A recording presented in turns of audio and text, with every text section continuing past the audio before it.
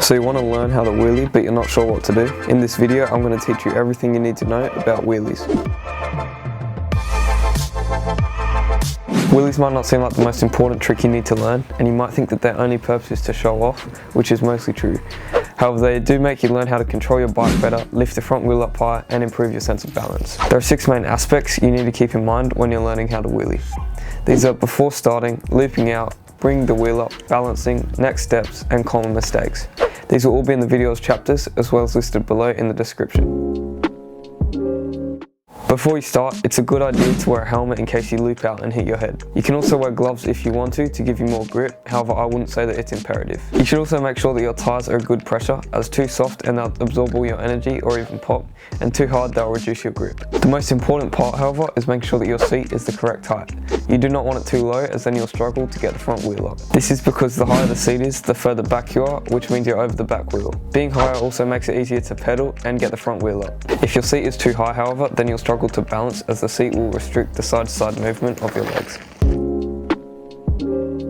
Another important aspect is learning how to loop out. Looping out is when you go past the balance point and fall off the back of the bike. It's quite likely that while you're learning how to wheelie, you will loop out, so it's important to learn how to do it as well as how to avoid it. If you start falling back too far, you're going to want to take one or both feet off the pedals and put them on the ground. You also want to keep holding onto the handlebars as to not damage your bike. If you do not loop out properly, then you'll probably roll onto your back, which can hurt, especially on concrete. This is also why it's a good idea to practice your wheelies on grass when you're first learning them. The way to avoid looping out is to use the back brake, however we'll go into this later on in the video. If you find yourself falling to the side, then just put your foot on the ground on the side that you're falling to.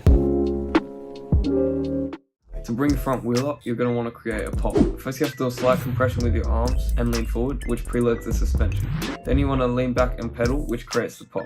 I have my left foot forward and flat to start a wheelie, however this is all up to personal preference. As you lean back, it's important to keep your arms straight and pull up that way, rather than pulling up by bending your arms. This is because if you bend your arms, your weight is further forward and you will not be able to wheelie as far or balance as well. You should also remember to pull up evenly with both arms, as not doing so will mean that you lose balance before you even get into the wheelie. When I first started learning how to wheelie, I would start really slow and use the high gear's torque to lift me up. However, I could not balance very well side to side. I found that if I started the wheelie balanced and moving faster, then I could stay balanced better when I was in the wheelie. It is also important to find the right gear to start the wheelie. If you're in too easy of a gear, then you'll be pedaling too fast to get into the wheelie, or even if you do get in the wheelie, you'll quickly max out your speed and go too fast with that gear. If the gear is too low, you will not have enough torque to get the wheel up. My bike has a 1x12 10-51 tooth drivetrain, and I usually start my wheelie in gear 6.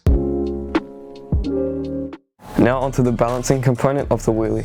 There are 4 directions you can fall to: front, back, left and right. If you're falling forward, then you want to pedal harder or faster to bring the front wheel up again. If you're falling backward, you're either going to want to slow or stop your pedaling if you're only falling back slightly. However, if you're falling back a lot, then you're going to want to feather the back brake. You do not want to pull on the back brake really hard, as this will end the wheelie, unless you feel like you're going backward too fast and you're going to loop out. You want to pull the back brake just enough to get you back into the balance point. It is also best if you only have one finger on the brake, as you can use the rest of your hand to hold onto the bars. If you're falling side to side, then you want to move your knees and steer the front wheel the opposite way you're falling to. So if you're falling to the left, you'll move your right knee and steer the front wheel to the right as well. If you're doing all of this correctly, then you'll be in the balance point. The balance point is where the bike is balanced almost perfectly and you don't really have to do anything to stay in the wheelie, except keep pedaling obviously. The balance point is different for everyone, and it depends on the length of the bike, the geometry, how tall you are, and many other factors. The easiest way to find the balance point is by having someone lift the front end of your bike and feeling while you're balanced, or by simply doing a wheelie.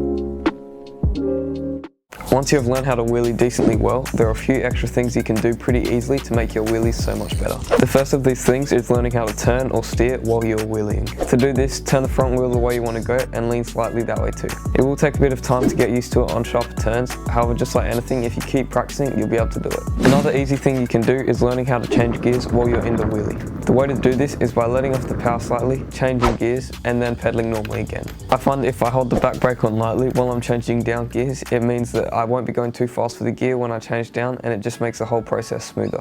You can also do a coaster wheelie, which is almost like a manual, but you're sitting down like in a wheelie. These are really fun to do and I think they look pretty cool too. The main mistakes people make when learning how to wheelie are having the gear way too high, having the seat a wrong height, or by pulling up by bending their arms. While you may be able to do a wheelie while doing one of these mistakes, if you try and fix that habit, the wheelie will become 100 times easier for you to do and you'll be able to do them longer. So that is how you learn how to wheelie. I hope this video helped you with that, and I hope that you enjoyed watching. Just remember to keep those common mistakes in mind, and just like anything new, wheelies can take some time to learn, so just make sure you practice a little bit each day and then you will be able to wheelie. The step after this is learning how to manual, and I think that they're even cooler, so I will be doing a video on how to do them soon. If you like the look of the bike I used in this video, you can find that review right here. I'll have more mountain biking videos and reviews coming soon, so make sure you subscribe so you don't miss those. If you have any questions or suggestions, please let me know in the comments below. I hope you have a good day. Please leave a like, subscribe, and I'll see you in the next video.